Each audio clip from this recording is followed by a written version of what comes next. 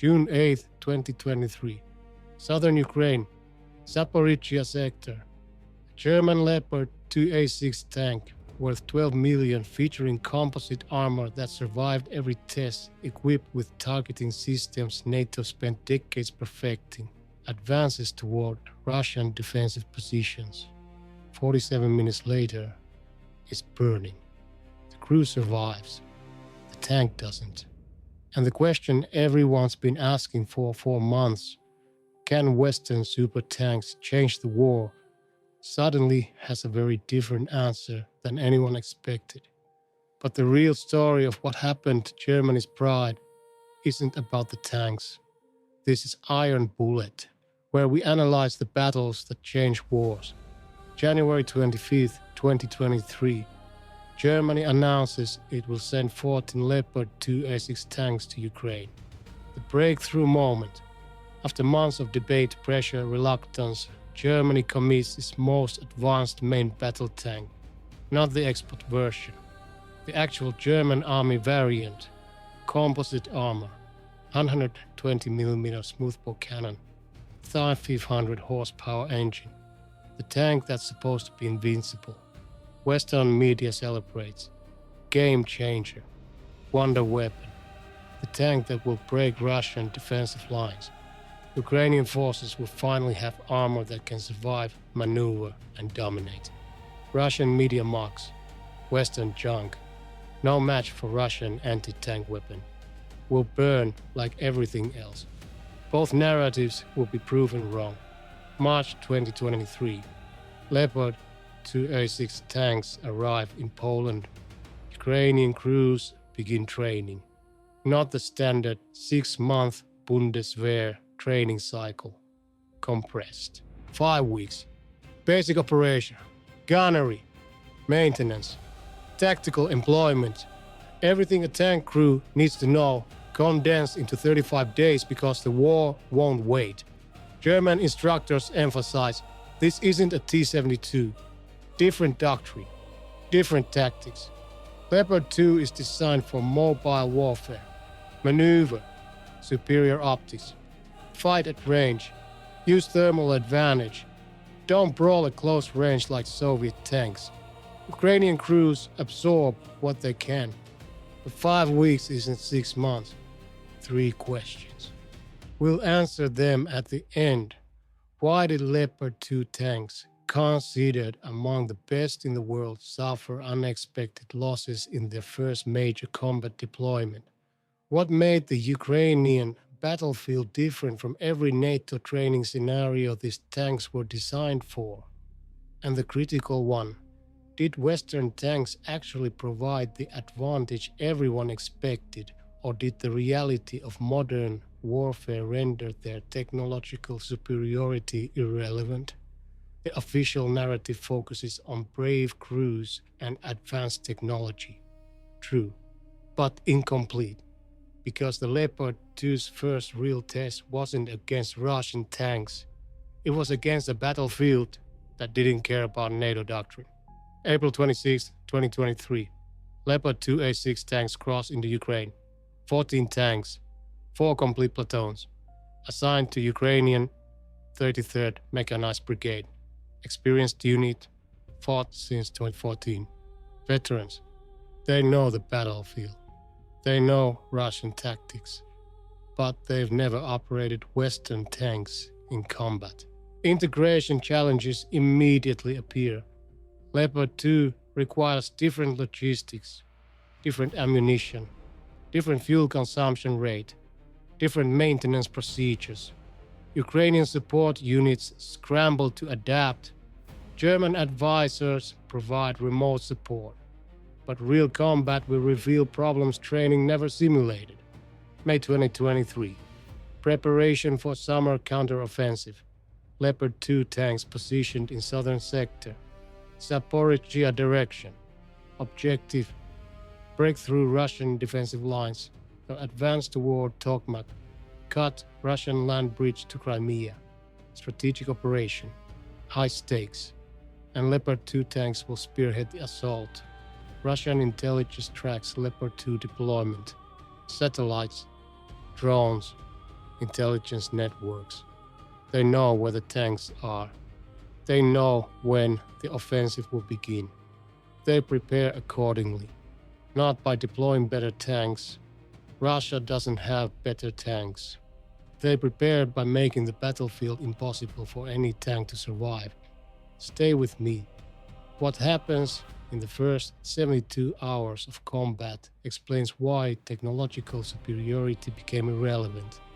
But the reason isn't what defense analysts predicted. June 4, 2023. Ukrainian counteroffensive begins. Multiple axes. Zaporizhzhia sector sees heaviest fighting. Leopard 2 tanks advance with mechanized infantry. Bradley fighting vehicles provide support. Mine-clearing vehicles lead standard combined arms operation. NATO doctrine. Textbook execution. Except the textbook didn't account for what Russian forces prepared. First obstacle, minefields. Not standard minefields. Layered defensive mining. Anti-tank mines.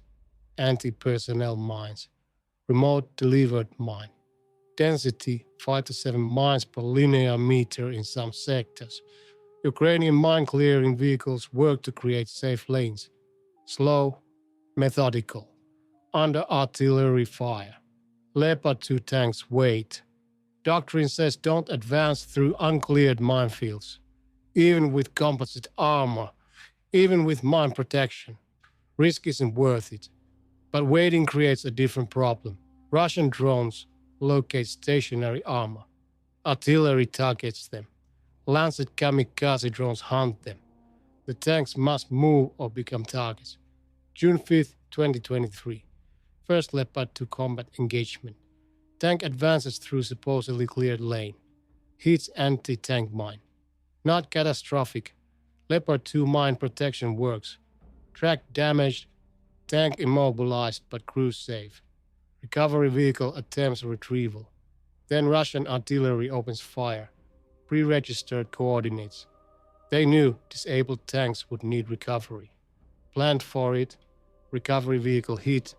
Leopard 2 takes indirect hit. Fire starts. Crew evacuates. Tank abandoned. First Leopard 2 loss. Not from tank-on-tank combat. From mine plus artillery plus inability to recover disabled vehicles under fire. The pattern that will define this entire campaign just emerged. This is Iron Bullet. Real tactics. Real consequences. June 6th, 8th, 2023. Ukrainian mechanized forces continue offensive operations. Leopard 2 tanks advance where possible. Engage Russian positions. Superior optics allow them to spot targets at 3,000 plus meters. Thermal sights work perfectly. Fire control system performs as designed. When Leopard 2 tanks can fight at range, they dominate. Problem: the battlefield rarely allows ranged combat.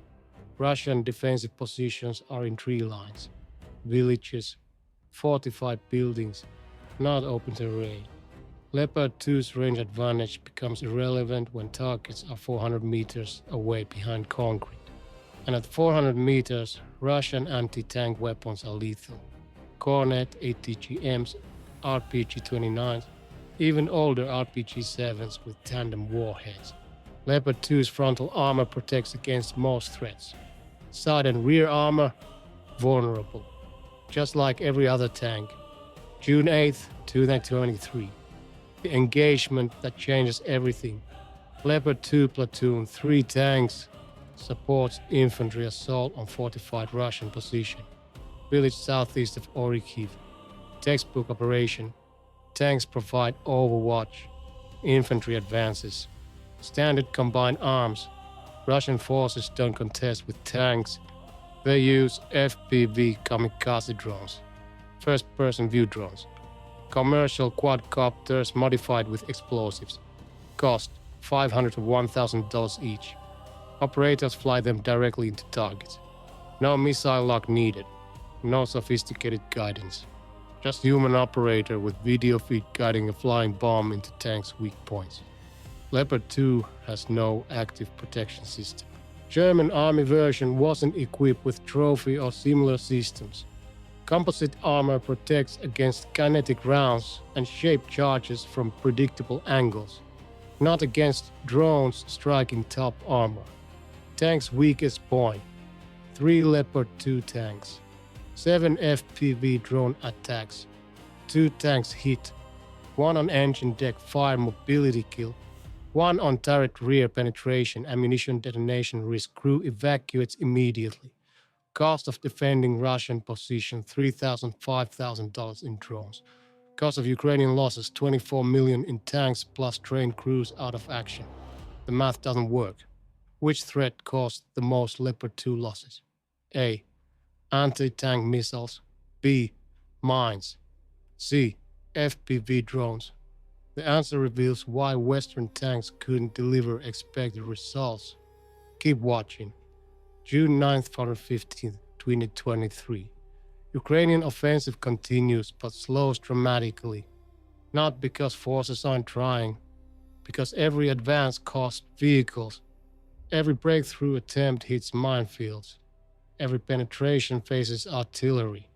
Every position taken comes under drone attack. Leopard 2 tanks are redeployed, pulled from spearhead role, used as mobile fire support instead. Position 1,500–2,000 meters back. Engage targets at range. Don't advance into mine drone artillery kill zones. This preserves tanks, also reduces their effectiveness. Leopard 2 becomes expensive artillery piece instead of breakthrough weapon. By June 15th, 2023, 4 Leopard 2 tanks confirmed destroyed or disabled. 3 more damaged and under repair. 7 of 14 tanks, 50% casualty rate in 2 weeks.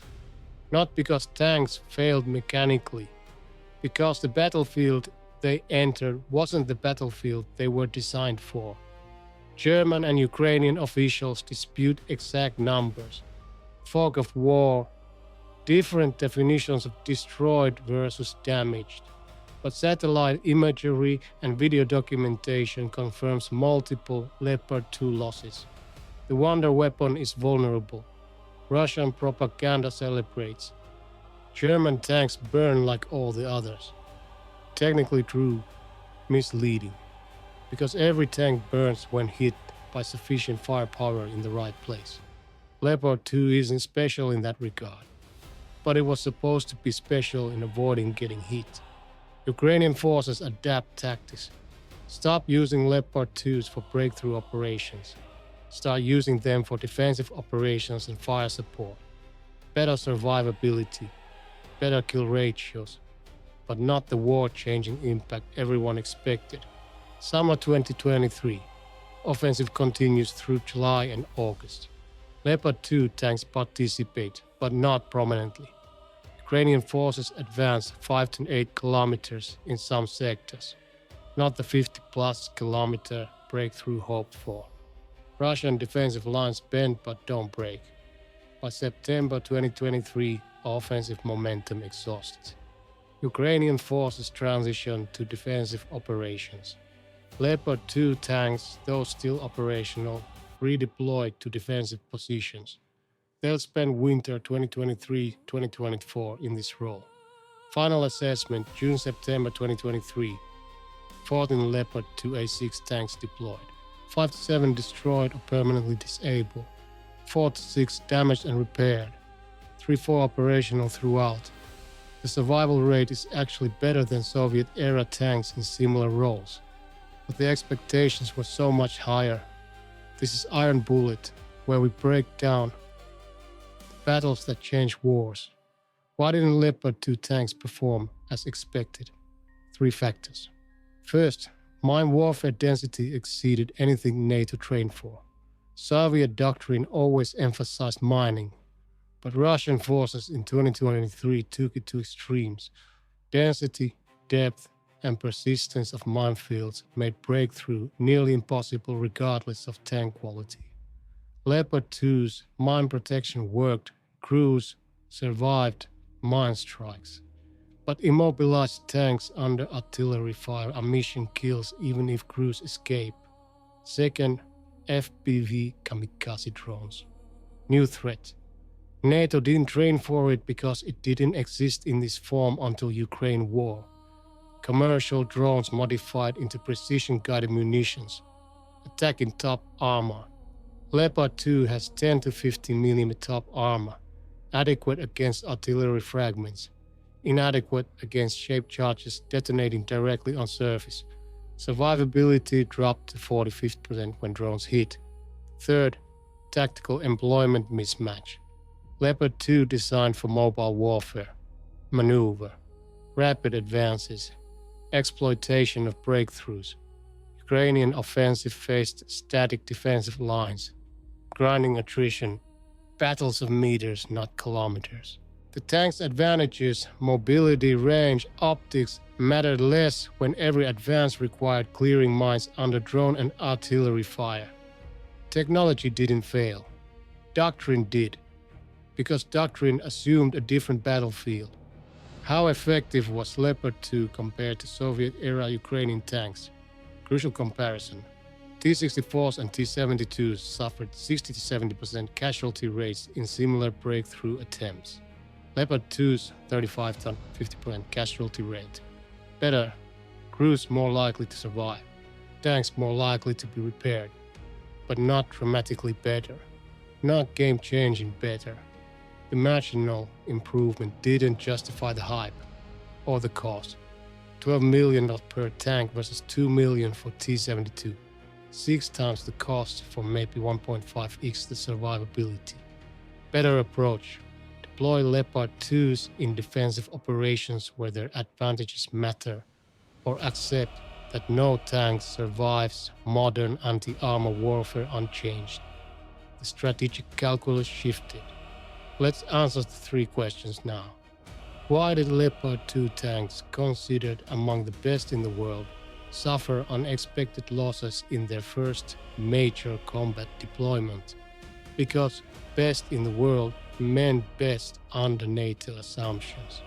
Open terrain, mobile warfare, counter-tank battles, air superiority protecting ground forces from drones.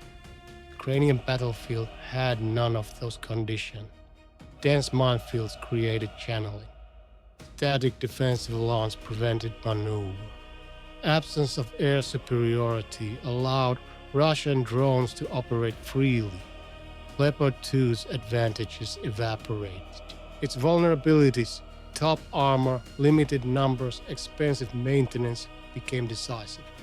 The tank was exactly as good as designed.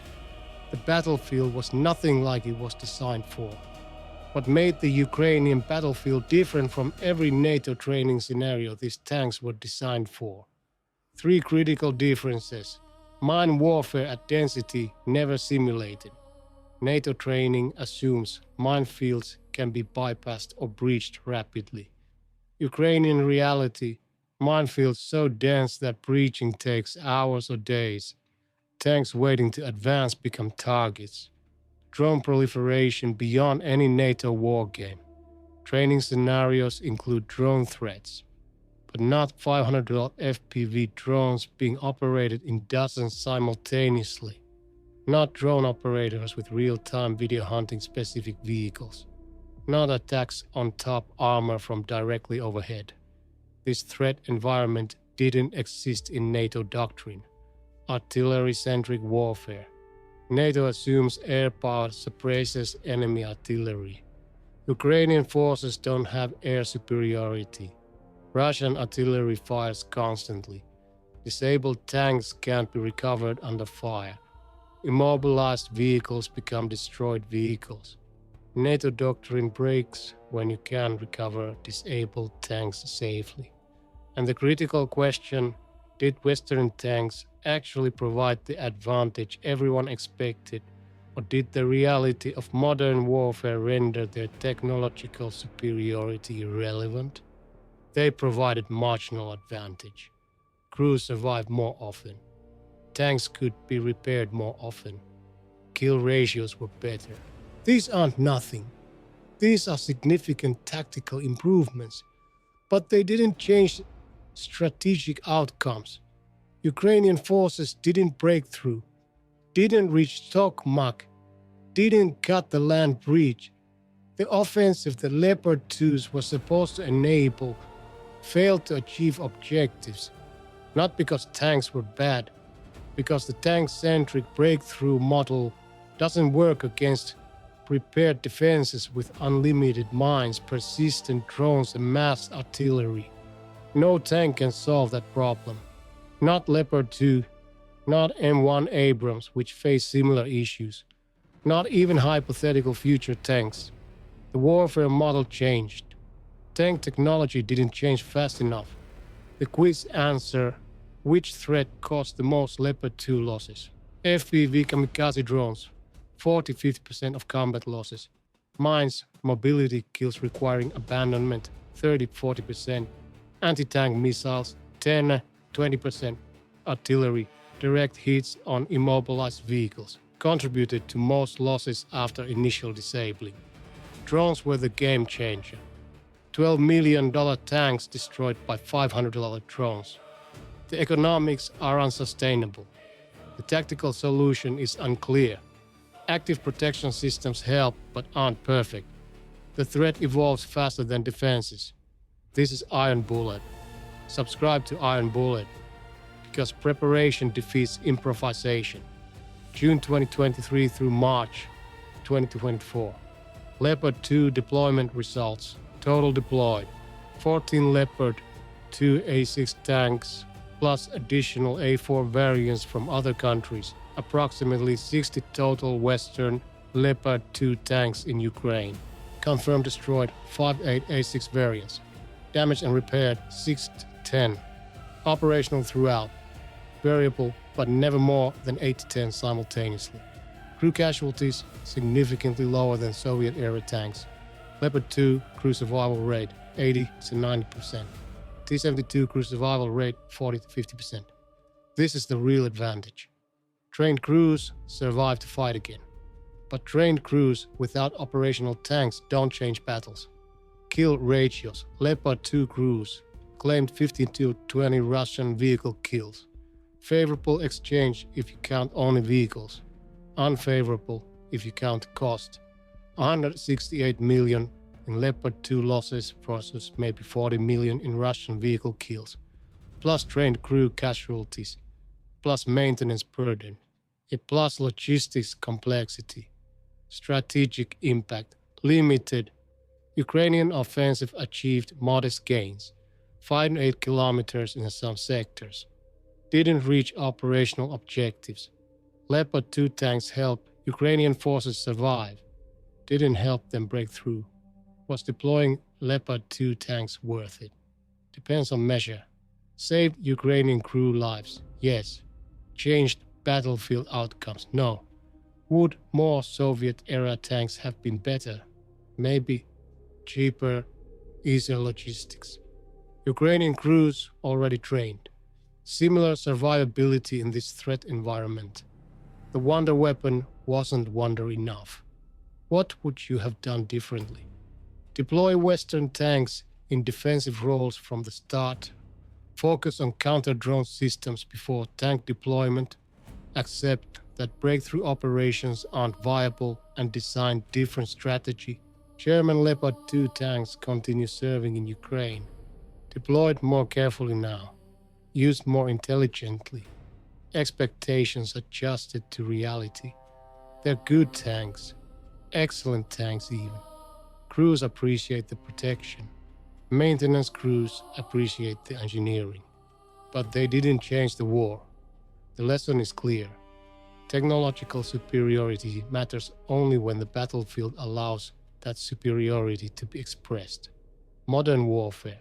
Mines, drones, artillery, static defenses negates many advantages that tanks were designed around. Mobility matters less when minefields channel movement. Range matters less when drones strike from above. Armor matters less when $500 drones attack weak points. Leopard 2 was the right tank for a different war. Ukraine is fighting this war. And in this war, no tank is a game changer. Tanks are tools, sometimes useful, often vulnerable, always expensive. Germany sent its best. Ukrainian crews used them well. The battlefield didn't care. 14 Leopard 2 tanks, 7 combat losses. The dream of breakthrough died in minefields and drone strikes. That's the mathematics of modern armor warfare. This is Iron Bullet. Subscribe. Because we break down the battles that textbooks will study for decades. The Leopard 2 story isn't over. More tanks arrived. More variants deployed. Tactics improve. Losses continue. But expectations, those adjusted quickly. Wonder weapons don't exist. Only weapons that work or don't in specific conditions. Leopard 2 works, just not miraculously. And miracles are what everyone hoped for. Stay vigilant.